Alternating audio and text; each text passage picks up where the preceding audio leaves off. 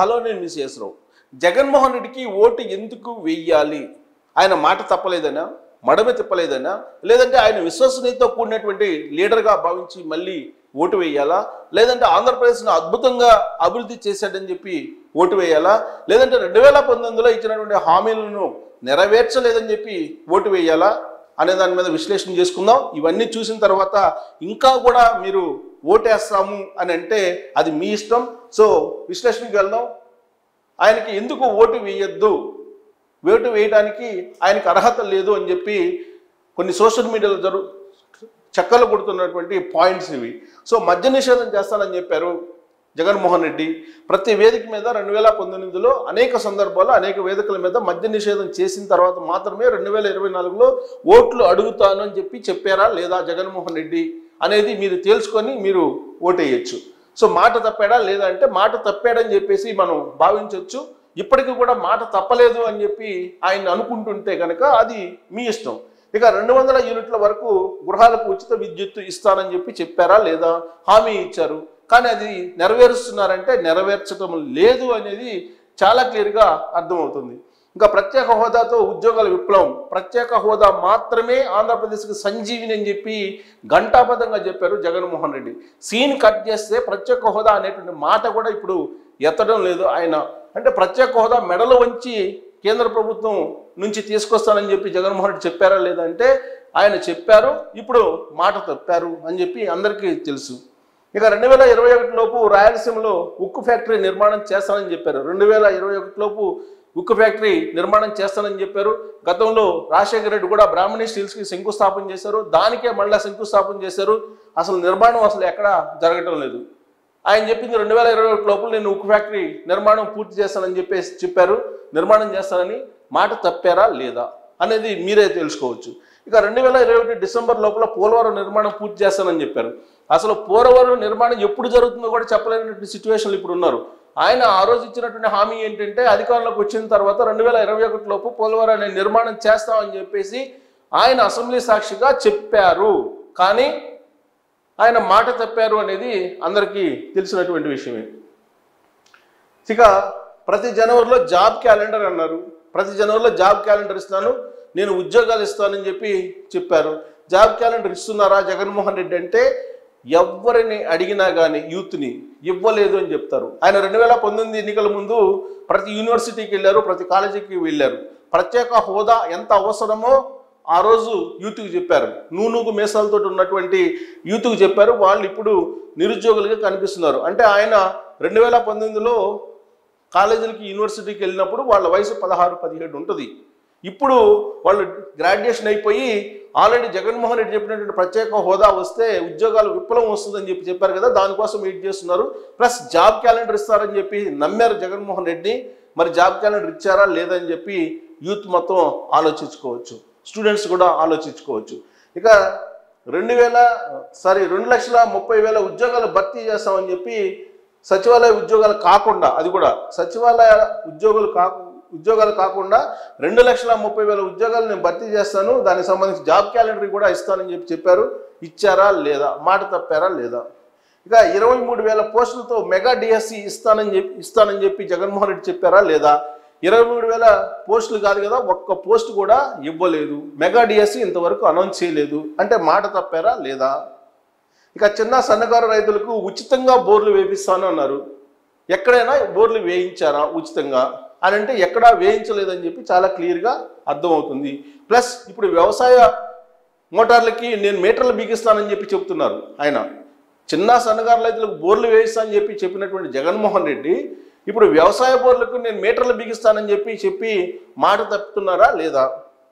ఇక కరెంటు ఛార్జీలు తగ్గింపు, పచ్చి అబద్ధం. కరెంటు ఛార్జీలు తగ్గిస్తానని చెప్పి జగన్మోహన్ రెడ్డి చెప్పారు. ఇప్పటికి 7 సార్లు దాదాపుగా పెంచారు ఆంధ్రప్రదేశ్లో. ఈ 7 సార్లు కాకుండా మళ్ళీ ట్రూ అప్ ఛార్జీల పేరుతోటి భారం మోపుతూ ప్రజల నుంచి కొన్ని 100 కోట్ల రూపాయలు వసూలు చేశారు జగన్మోహన్ రెడ్డి. ఇప్పటికి కూడా ఆయన మాట తప్పారా లేదా అనేది మీరు తేల్చుకోవచ్చు. ఇక బస్ ఛార్జీలు తగ్గిస్తానని చెప్పారు 2019 ఎన్నికల ముందు. బస్ ఛార్జీలు తగ్గించారా అంటే పెంచడానికి రెడీ అవుతున్నారు. ఇప్పుడు ఆర్టీసీని ప్రభుత్వంలో విలీనం చేస్తా ఉన్నారు, విలీనం చేశారు. ఇప్పుడు వాళ్ళకి శాలరీస్ పెంచడానికి లేదంటే వాళ్ళ యొక్క ఖర్చులకు పెరిగిపోయాయని చెప్పి ఇప్పుడు ఛార్జీలు పెంచడానికి మరోసారి రెడీ అవుతున్నారు. ఇప్పటికే పెంచారు, మళ్ళీ పెంచడానికి రెడీ అవుతున్నారు. అంటే జగన్మోహన్ రెడ్డి మాట తప్పారా లేదా? ఇక పెట్రోల్ డీజిల్ ధరలు పక్క రాష్ట్రాలతో పోలిస్తే తక్కువ ఉండేలా చూస్తానని చెప్పి ప్రత్యేకమైనటువంటి స్లోగన్ జగన్మోహన్ రెడ్డి తీసుకుంది. ఏంటంటే ఇవాళ కూడా సోషల్ మీడియాలో ఆయన ఇచ్చినటువంటి హామీ, ఆయన చేసినటువంటి ప్రామిస్ వైరల్ అవుతుంది. భారతదేశంలో ఏ రాష్ట్రంలో లేని విధంగా ఆంధ్రప్రదేశ్లో ఇవాళ పెట్రోల్ డీజిల్ రేట్లు ఉన్నాయి. అప్పట్లో చంద్రబాబు నాయుడు టైంలో పెట్రోల్ డీజిల్ రేట్లు ఎక్కువ ఉన్నాయని చెప్పేసి జగన్మోహన్ రెడ్డి ప్రతి వేదిక మీద గగ్గోలు పెట్టారు. కానీ ఇవాళ భారతదేశంలో ఏ రాష్ట్రంలో లేని విధంగా ఆంధ్రప్రదేశ్లో పెట్రోల్ డీజిల్ రేట్లు ఉన్నాయని అంటే జగన్మోహన్ రెడ్డి మాట తప్పారా లేదా?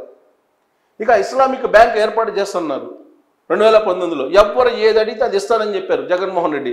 ఇస్లామిక్ బ్యాంక్ అనేది అసలు ఉందా? ఎక్కడన్నా పెట్టారా ఆంధ్రప్రదేశ్లో అంటే ఎక్కడా కనిపించదు. పైగా నా ముస్లిమ్స్, నా ఎస్సీలు, నా బీసీలు అంటూ ఉంటారు.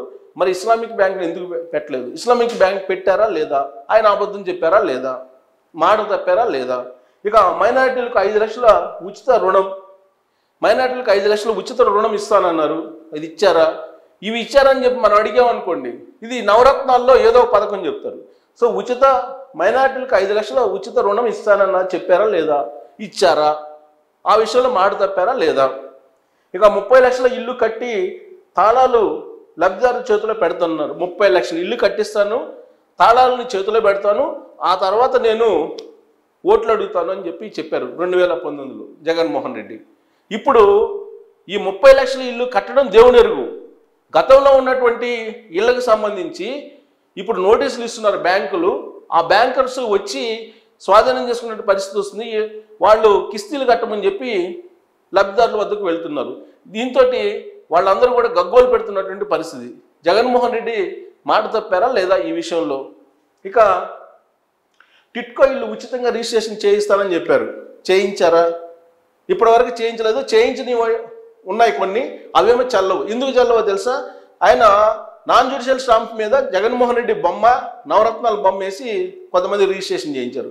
అవి తీసుకెళ్లి బ్యాంకులో ఇస్తే బ్యాంకులు ఇది చల్లవు, ఆర్బీఐ నామ్స్ ఒప్పుకోవని చెప్పారు. అంటే ఆయన చేసినటువంటి రిజిస్ట్రేషన్ చల్లనటువంటి రిజిస్ట్రేషన్లు అనేది అర్థం అవుతుంది. అంటే దాని విషయంలో మాట తప్పారా లేదా?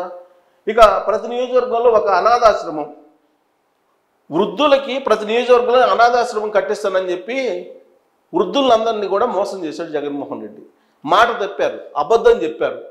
ఆ నియోజకవర్గంలో ప్రతి నియోజకవర్గంలో వృద్ధాశ్రమం కట్టి ప్రభుత్వమే వృద్ధులందరికీ కూడా ఆశ్రయం కల్పిస్తారని చెప్పి 2019 ఎన్నికల సందర్భంగా ఇచ్చినటువంటి హామీ తప్పారా లేదా? ఇక ప్రతి నియోజకవర్గంలో ఒక కోల్డ్ స్టోరేజ్ కట్టిస్తానన్నారు. అది ఎక్కడన్నా కనిపిస్తుందా కోల్డ్ స్టోరేజ్? మాట తప్పారా లేదా? ఇక ప్రతి నియోజకవర్గంలో ఒక గోడౌన్ నిర్మిస్తాను, ఒక కోల్డ్ స్టోరేజ్ నిర్మిస్తాను అన్నారు. అద్భుతంగా రైతులందరూ కూడా నిజమే అనుకున్నారు, ఆయన గెలిపించారు. ఇప్పుడు ఆయన ఆ విషయంలో మాట తప్పారా లేదా? ఇక 3,000 కోట్లతో పంట ధరల స్థిరీకరణ నిధి, మాట తప్పారా లేదా ఈ విషయంలో? ఇక 4,000 కోట్లతో విపత్తు సహాయ నిధి, ఇది మాట తప్పారు. విపత్తు సహాయ నిధి ఎక్కడా కూడా కనిపించలేదు, ప్లస్ పంట బీమా కూడా ఇవ్వట్లేదు. ఇక 2021 విశాఖ రైల్వే జోన్ ఏర్పాటు, 2021 లోపు విశాఖ రైల్వే జోన్ ఏర్పాటు చేస్తున్నారు. విశాఖ రైల్వే జోన్ దేవుడి ఎరుగు. ఇప్పుడు విశాఖ ఉక్కుని ప్రైవేటీకరణ చేయడానికి అంగీకరిస్తూ కేంద్ర ప్రభుత్వానికి గ్రీన్ సిగ్నల్ ఇచ్చారు. దాని మీద కార్మికులు ధర్నాలు చేస్తూ ఉంటే ఇప్పుడు జగన్మోహన్ రెడ్డి ఇచ్చినటువంటి హామీ ఏంటంటే ఒకవేళ వేలం వేస్తే అది ఆంధ్రప్రదేశ్ ప్రభుత్వమే వేలంలో పాల్గొని సొంతం చేసుకుంటుందని చెప్పి ప్రత్యామ్నాయ మార్గాన్ని చెప్తున్నారు. కానీ కేంద్ర ప్రభుత్వం దాన్ని ప్రైవేటీకరణ చేస్తుంటే అడ్డుకునేటువంటి ధైర్యం కూడా ఇప్పుడు జగన్మోహన్ రెడ్డి చేయలేకపోతుంది. అంటే మాట తప్పాడా లేదా? ఇలా అనేకమైనటువంటి విషయాల్లో జగన్మోహన్ రెడ్డి మాట తప్పారు అని చెప్పడానికి ఇలాంటి అంశాలన్నీ కూడా ఉన్నాయి. ఆయన మాట తప్పలేదు అనుకుంటే మీరు ట్రోల్స్ చేసి మీ అభిప్రాయాన్ని కూడా తెలియజేయచ్చు. Thank you very much.